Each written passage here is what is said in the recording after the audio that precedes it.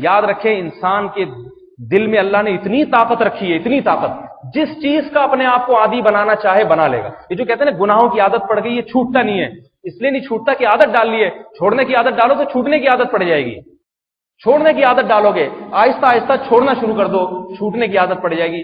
ایک نسخہ بتا کے اپنی بات کو ختم کرتا ہوں، دیکھو گناہ کی عادت چھوٹتی کیسے ہے، ایک نسخہ بتا رہا ہوں، اور یہ نسخہ تجربے پر مبنی ہے، صرف ہوائی فائرنگ نہیں ہے، ہوائی باتیں نہیں ہیں، قرآن حدیث سے بھی ثابت اور تجارب سے بھی ثابت ہے، اپنے تجربے بتا رہا ہوں۔ ایک نسخہ، جب گناہ، دیکھو شیطان جو گناہ کرواتا ہے نا، وہ کیوں کرواتا ہے؟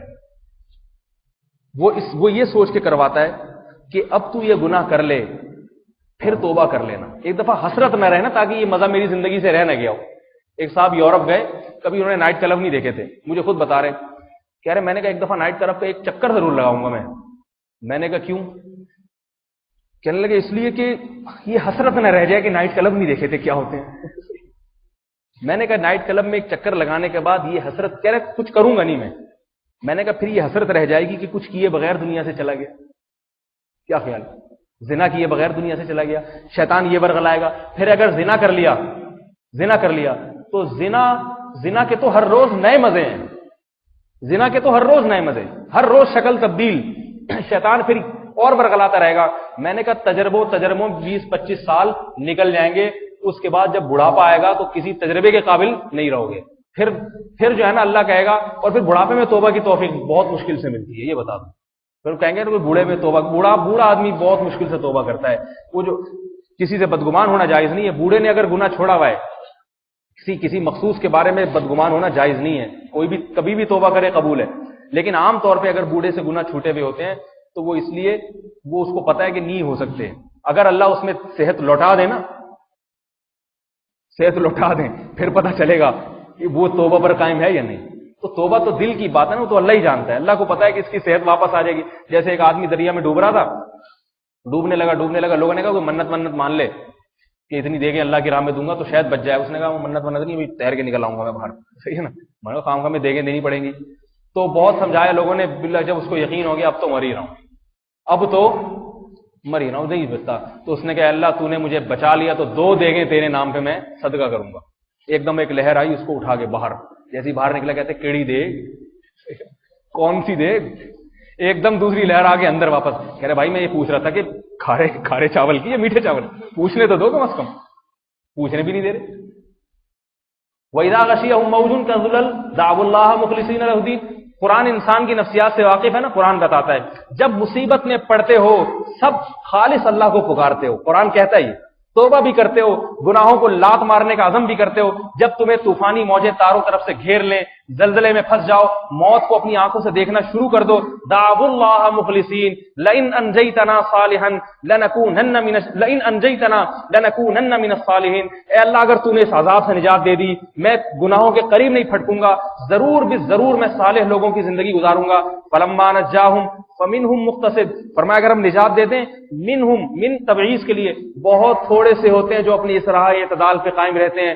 آگے دھمکی دی، یا ایھا الناس، اے لوگو انما بغیکم علی انفسکم، تم جو ہمارے خلاف بغاوتیں کر رہے ہو نا، معاہدے کرتے ہو، مصیبت میں پڑ گئے، پھر مصیبت سے نجات دیتے ہیں، دوبارہ پلٹ جاتے ہو، پھر مصیبت نہیں آتی، پھر موت تک ہم تمہیں گناہوں میں چھوڑ دیتے ہیں، لیکن یہ یاد رکھو جو تم نے معاہدہ توڑ کے بغاوت کی ہے، انما بغیکم علی انفسکم، اس بغاوت کا نقصان تم اپنے خلاف کر رہے ہو، یہ بغاوت تمہارے اپنے خلاف ہے، ہمارے خلاف نہیں ہے۔ متاع فی الدنیا، سورہ یونس کی یہ آیات ہے، کیسی پیاری آیات، متاع فی الدنیا، دنیا کا تھوڑا سا نفع اٹھا لو گے تھوڑے دن، اور بار بار نہ زلزلے آئیں گے، بار بار نہ طوفانی موجیں تمہیں گھیریں گی، بار بار نہ موت کے منہ میں جاؤ گے۔ ایک دفعہ گئے تھے، توبہ کر کے واپس آ گئے، اچھی بات ہے، توبہ کر کے واپس آ کے قائم رہے، اچھی بات، اگر دوبارہ بدل گئے، دوبارہ یہ تمہیں دھمکیاں نہیں ملیں گی خدا کی طرف سے، یہ بھی خوش قسمت لوگوں کو ملتی ہیں، لہذا تھوڑے دن کا نفع اٹھا لو گے، ثم الینا مرجعکم، پھر لوٹ کر ہمارے ہی طرف آنا ہے، فننبئکم بما کنتم تعملون، تمہاری ان بدماشیوں پر اور ان بغاوتوں کی تمہیں ہم خبر دے دیں گے، بتا دیں گے تم نے دنیا میں کیا کیا ہے۔ تو میرے بھائی میں ایک نسخہ بتاتا ہوں کہ جب گناہ، شیطان کیا کرتا ہے، یہ کہتے ہیں ایک دفعہ کر لو، اور دل میں یہ ڈالتا ہے کہ اگر نہیں کیا تو دل میں خلجان، خارش رہے گی، سکون برباد ہو جائے گا۔ تو پہلی بات تو یہ کہ ہونے دو برباد، سکون برباد کرنے کا ہی تو ثواب ہے، سکون برباد کرنے پہ ہی تو اللہ راضی ہوتا ہے، اسی پہ تو اللہ خوش ہوتا ہے۔ ایک نوجوان کو ایک عورت نے زنا کی دعوت دی، ایسے تنہائی، یہ سچا واقعہ ہے، ایسی جگہ پر جہاں ان دونوں کے سوا کوئی نہیں تھا۔ یہ نوجوان کیا کرتا، پوری رات اپنی جو ہے نا وہ انگلی موم بتی چراغ میں لے کے جاتا اور باہر نکال دیتا، پوری رات تڑپتا رہا، صبح اٹھتے ہی اس عورت سے کہا یہاں سے بھاگ جا، رات کو نکالنے سے، قصہ لمبا ہے مختصر سنا رہا ہوں۔ اس عورت نے کہا یہ تم نے ساری رات کیا عمل کیا ہے؟ اس نے کہا جب میرے دل میں زنا کا خیال آتا تھا، دل میں یہ خواہش پیدا ہوتی تھی کہ ایک دفعہ کر لو پھر توبہ کر لینا، دل ٹھنڈا ہو جائے گا، فوراً ذہن میں خیال آتا تھا کہ یہ آگ برداشت ہو جائے گی تو اس سے قیامت کے دن یہ آگ برداشت ہو جائے گی، لہذا میں دنیا کی آگ میں انگلی ڈالتا تھا، اور جب میری چیخ نکلتی تھی میں کہتا تھا نہیں، یہ زنا کا مزہ اتنا نہیں ہے جتنے اس آگ کا عذاب ہے۔ یہ بڑے لوگوں کا کام ہے۔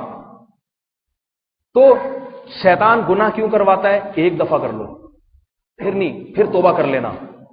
تو جس نے یہ راہ اختیار کی نا وہ موت تک کرتا رہتا ہے، موت تک یہی سوچ کے کرتا رہتا ہے کہ توبہ کر لوں گا، اور توبہ کی توفیق اس سے چھین لی جاتی ہے، نہیں کرتا، پھر توبہ نہیں کرتا۔ توبہ کرنا آسان کام نہیں ہے، اور اگر کرتا بھی ہے تو کہتا 25-30 مرتبہ کر لو پھر کر لوں گا، اور اسی اسنا میں بعض دفعہ اس کی موت واقع ہو جاتی ہے، صرف ہزاروں لاکھوں واقعات ہیں۔ تو شیطان جس راہ سے گمراہ کرنا ہے نا اسی راہ سے شیطان کی شر سے بچو۔ وہ کیا ہے کہ صرف اس دفعہ نہیں کروں گا، اگلی دفعہ کر لوں گا۔ سمجھ میں آ رہی ہے بات؟ نہیں آ رہی میرا خیال۔ وجہ پتہ ہے کیا ہے؟ وجہ یہ ہے کہ ساری زندگی کے لیے گناہ چھوڑنے کے لیے تیار نہیں ہوتا انسان۔ وہ کہتا ہے یار میں پورا صوفی بن کے بیٹھ جاؤں، ساری زندگی، یہ تو بڑا مسئلہ ہے، یہ سارے مزے ہی چھوڑے۔ شیطان کہتا ہے اتنا مشکل، بہت مشکل ہے بھائی، 2-4 دفعہ کر لے پھر چھوڑ دینا۔ تو شیطان کو یوں ورغلائے اپنے نفس کو کہ میں ساری زندگی کے لیے چھوڑ ہی نہیں رہا، اس دفعہ موقع، بس اس دفعہ نہیں کروں گا، اگلی دفعہ کر لوں گا میں۔ تو میرے بھائی یہ ہمت کرو گے نہیں کرو گے؟ جب دل آئے آج نہیں، شیطان کو بولو کل کر لوں، اور پھر بھی اگر کرا دے شیطان گناہ، مایوس نہ ہو، اس لیے کہ ولا تیأسوا من روح اللہ، اللہ کیا فرماتے ہیں؟ لا تقنطوا من رحمت اللہ، اللہ آپ کو اپنی رحمت سے مایوس نہیں کر رہا، کیونکہ مایوسی کے لیے اللہ نے ایک ٹائم متعین کر دیا ہے۔ اللہ اپنے ٹائم کے اوقات کے بڑے پابند ہیں۔ اللہ نے کہا جو میں نے ٹائم مقرر کیا نا مایوس کرنے کے لیے، وہ ہے موت کا وقت، اس سے پہلے کوئی مایوس نہیں ہو سکتا، دروازے توبہ کے کھلے ہوئے ہیں، لیکن موت کے وقت مایوسی ہی مایوسی ہے۔ انہا کلمۃ هو قائلها، فرمایا موت کے وقت ایریا رگڑ رگڑ کے بھی اگر توبہ کی تو یہ توبہ کا لفظ تمہاری زبان سے نکلا ہوا ایک کلمہ ہوگا، ہوا میں تحلیل ہو کے ختم ہو جائے گا۔ ومن ورائہ برزخ الی یوم یبعثون، اور ایک برزخ کی زندگی ہوگی قیامت کے دن تک کے لیے۔ تو میرے بھائی یہ ساری نصیحتیں، ساری باتیں موت کا جھٹکا دیکھنے سے پہلے کے لیے۔ اللہ ہماری عورتوں کو موت سے پہلے مکمل پردے کی توفیق عطا فرمائے، غیبتوں سے بچنے کی توفیق عطا فرمائے، والدینوں کی، ماں کی فرما برداری، باپ کی فرما برداری کی توفیق عطا فرمائے، شوہر کی اطاعت کی توفیق، جھوٹ چوری چغلی اور برائیوں اور چوریوں سے اللہ تعالی حفاظت فرمائے، اور ہمارے مردوں کو اللہ تعالی نظر کی حفاظت عطا فرما دے، ہمارے نوجوانوں کو داڑھی رکھنے کی توفیق عطا فرما دے۔